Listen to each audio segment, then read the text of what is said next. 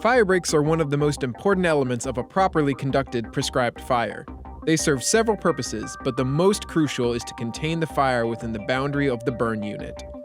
Firebreaks are constructed by removing vegetation and exposing the bare ground. Bare ground firebreaks are the safest to work with, but not the only type that can be used. Firebreaks allow access to the perimeter of the burn unit for personnel and equipment. Ease of crew movement is essential for watching for spot fires, monitoring potential problem areas, and mopping up after the burn. When preparing any firebreak, it's important to minimize coarse and volatile fuels near firebreaks in the burn unit. Coarse fuels can burn for relatively long times, and volatile fuels contain oils that cause them to burn intensely. Most natural barriers such as bluffs, creeks, streams, rivers, and lakes make good firebreaks. Make sure the barrier being used is wide enough so the fire cannot burn across. Cultivated fields or crop fields with non-flammable vegetation can function as firebreaks. Make sure there are no crops planted in the field that will burn. Most roads make excellent firebreaks because they are bare ground and already in place. Be sure to consider the safety of those traveling on the road. Some of the best firebreaks are those that have been scraped to bare ground by a bulldozer or road grader.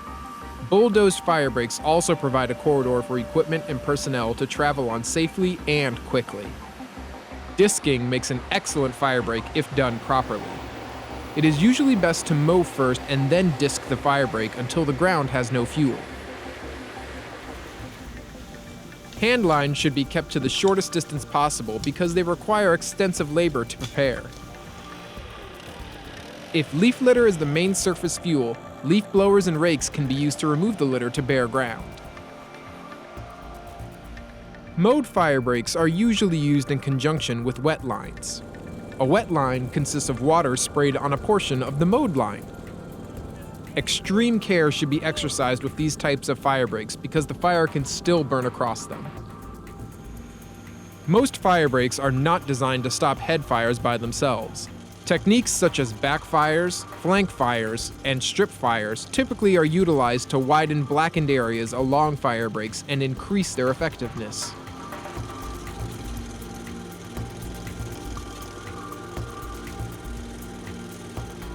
For the most part, firebreaks are commonly 10 to 60 feet wide. However, firebreaks can be as narrow as a walking trail when burning in tree leaves with light winds, or much wider when burning high-volume volatile fuels. Spot fires typically ignite in fuels downwind or adjacent to the burn area. In light winds or early stages of formation, most spot fires burn to form a circle, with growth being slow or rapid depending on weather and fuel conditions.